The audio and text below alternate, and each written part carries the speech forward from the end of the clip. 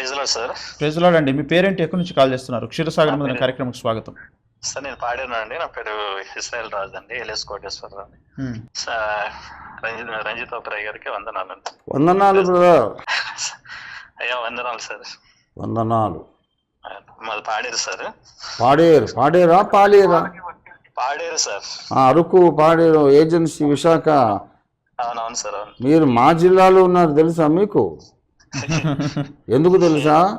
అవునండి. మా జిల్లాలో ఉన్నారు ఎందుకంటే ఆ, మీరున్నది ఏఎస్ఆర్ జిల్లా. అవును సార్, అందుకే. ఏఎస్ఆర్ అంటే ఏఎస్ రంజిత్ తోఫీర్ జిల్లా అనమాట. అవును సార్, ఏ సార్ రంజిత్ ఓపరాయ్ గారని పెట్టుకున్నారు ఇక. గవర్నమెంట్ మీరు ప్రకారం రంజిత్ ఏమో ఓపరాయ్ గారే పెట్టుకోలేదు. అయ్యా, అల్లూరి సీతారామరాజు జిల్లా. అవును సార్.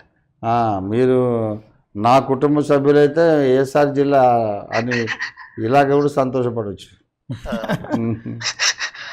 అంతకుముందు ఓన్లీ మీరు అద్దంకి రంజిత్ ఓపరాయ్ గారని పరిచయం చేసుకున్నారు కదా సార్. ఆ తర్వాత ఏం చేస్తారు అదే అంటే మా నాన్న పేరు వచ్చింది అద్దంకి స్వామి రాజు అని చెప్పి, బ్రిటిష్ పద్ధతి. అవును సార్. చెప్పండి విషయం. అయ్యా, చాలా రోజుల నుండి అంటే ఫోన్ చేయాలనుకుంటున్నాను. చెప్పండి. నేను ఈ రోజు కలిసింది ఆ, వెళ్ళి సరే బైబిల్ గ్రంథం నుండి కొన్ని చిన్న ప్రశ్నలు అడుగుదామని. చకచక అడిగేసి ఇంతసేపు టైం వేస్ట్ చేయొద్దు. అది మీరు మాట్లాడేది కదా ఆ. సార్. యోబు గ్రంథం అన్నిటికంటే పురాతనమైనది అంటున్నారు కదండి.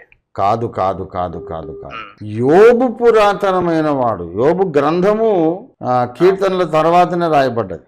ఆహాహా. దాదాపుగా యజ్రా భక్తుడు పరిశుద్ధాత్మ ద్వారా ప్రేరేపించబడి అప్పటిదాకా అనుసృతంగా మన దేశంలో ఎట్లాగైతే వేదాలు ఒక నోట గురువు నోట విని జ్ఞాపకం పెట్టుకొని చెవులతో విని అనుసృతంగా వచ్చినటువంటి వేదాలు తర్వాత గ్రంథస్థం చేశారు ఎలాగంటున్నారో అలాగున అవును.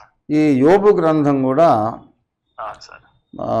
భక్త సమాజం మధ్యలో పెద్దలు చెప్తూ ఉండేవాళ్ళు ఆ కథ. అవును సార్. దాన్ని ప్రార్థనాపూర్వకంగా ధర్మశాస్త్ర ప్రవీణుడైనటువంటి యజ్రా గ్రంథస్థం చేశారు. ఆ యోబు గ్రంథ భాష, ఆ వ్యాకరణము, పదజాలము అదంతా కూడా యజ్రా యొక్క కలం లక్షణాలను తెలియపరుస్తుందని చాలామంది వేద పండితులు నమ్ముతున్నారు. అవును సార్. యోబు కాలములో అది రాయబడలా. అవును సార్. అది అంటే యోబు గ్రంథము అంటే యోబు గురించి 10వ అధ్యాయంలో యొబ్కాన్ అని ఉంది కదా సార్. 46వ అధ్యాయంలో మరి 13వ వచనంలో యోబు అని ఉంది. ఈ ఇద్దరు ఎవరు సార్? ఆది కాండం యోబాబు అని ఉంటారు కదా సార్. ఆది కాండం 10వ అధ్యాయంలో ఆయన లేకపోతే మరి అది కాదు, ఈయన అబ్రహాము కంటే ముందటివాడు. అవును. అబ్రహాము కంటే ముందటివాడు ఎందుకంటే ఆయన జీవించిన సుదీర్ఘమైన జీవిత కాలం. అవును సార్. ఆదాము నుండి మెల్లిమెల్లిగా ఒక్కో తరం గడిచే కొద్దీ ఆయువు ప్రమాణం తగ్గుతూ వచ్చింది కదా. అవును సార్. సో అబ్రహాము కాలంలో 175 ఏళ్ళ ఈడువాడు, అంతకన్నా ఎక్కువ బ్రతికాడు ఈయన. కనుక అబ్రహాము కంటే ఒక 2 తరాలు ముందటి వాడు అని బైబిల్ పండితులు నమ్ముతున్నారు దాన్ని. అవును సార్. సో ప్రియ అబ్రహామికు కనుక ఆది కాండం 10వ అధ్యాయంలో ఉన్నారు కదా సార్ అండి. యొక్తాబు అని ఉంటారు. కాదు కాదు కాదు అది అది ఆ తర్వాత వాడే. ఆది కాండం 10లో ఉన్నది షేము హాము యాపెతు యొక్క వంశావళి. అవును సార్. ఆ షేము హాము యాపెతు వంశావళికి తర్వాత అబ్రహాముకు మధ్యలో ఎక్కడో యోబు ఉంటాడు. అంటే అదే ఆది కాండము 46వ అధ్యాయం 13వ వచనంలో ఉన్నారు కదా సార్. ఆ యోబు అని కొందరు అంటున్నారు. కొందరేమో ఈ ఆది కాండం 10వ అధ్యాయంలో ఉన్నటువంటి యోబు అని కొందరు అంటారు సార్. లేదు లేదు, కొంచెం ఆ తర్వాతి వాడే. అసలు బైబిల్లో రాము అనే పేరు కూడా ఉంది. అవునవును సార్. రాము అంటే ఇక ఆయన అయోధ్య రాముడు అనుకుందామా ఏంటి? అదే డౌట్ వచ్చింది సార్. కాకపోతే మరి ఇందులో ఇంకొక ఆయన ప్రసంగం చేశాడు. ఈ మన వంశావళి చెబుతూ తేమాను నాయకుడు, ఈ నాయకుడు, ఆ నాయకుడు అని ఉంది కదా.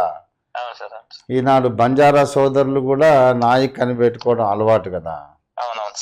కనుక బంజారా కమ్యూనిటీ వాళ్ళని వచ్చి బైబిల్లో ఉంది అప్పటి నుంచి ఉన్నారు, నాయకులు అని ఉంది కదా అని కొంత. ఇంకొక ఆయన చెప్పాడు బహుజన సమూహములు యేసును వెంబడించానంటే బహుజన సమాజ్ పార్టీ కాన్షీరామ్ గారు స్థాపించలేదు, యేసయ్య కాలంలోనే ఉంది, ఎందుకంటే బహుజనులు యేసును వెంబడించడం ఉంది కదా అని.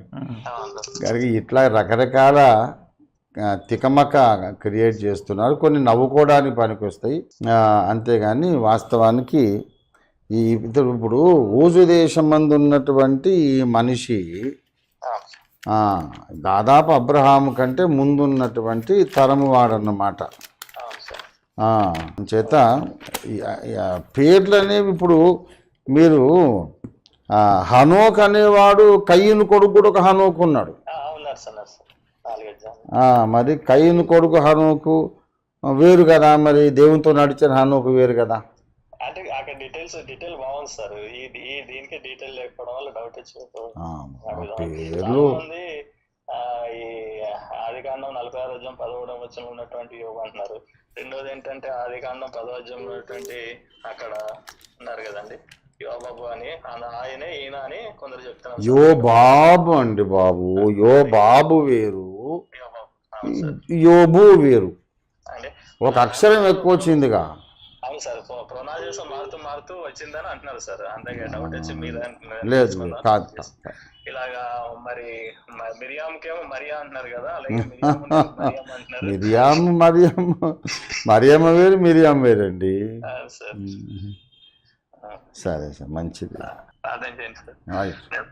నేను కుంపేట సాల్మరాజు గారు ఉన్నారు కదా సార్, ఉన్నారుగా, బాగున్నారా? బాగున్నారు సార్. మాధవి తండ్రి అడిగినట్టు చెప్పండి. నేను పాడేరులో స్వచ్ఛందంగా సేవ చేస్తున్నాను సార్. చాలా సంతోషం. ఇది ప్రభు రాకడ చాలా సమీపం నాయనా, ఇంకెక్కువ టైం లేదు. ఒక క్షణం కూడా వేస్ట్ చేయకుండా మనం ఆత్మలు సంపాదించాలి. అవును సార్, ఈ మోదగుండం టెంపుల్ కిందలో ఉన్నాం సార్ మేము. Okay, God bless you. Okay, thank you sir. Right.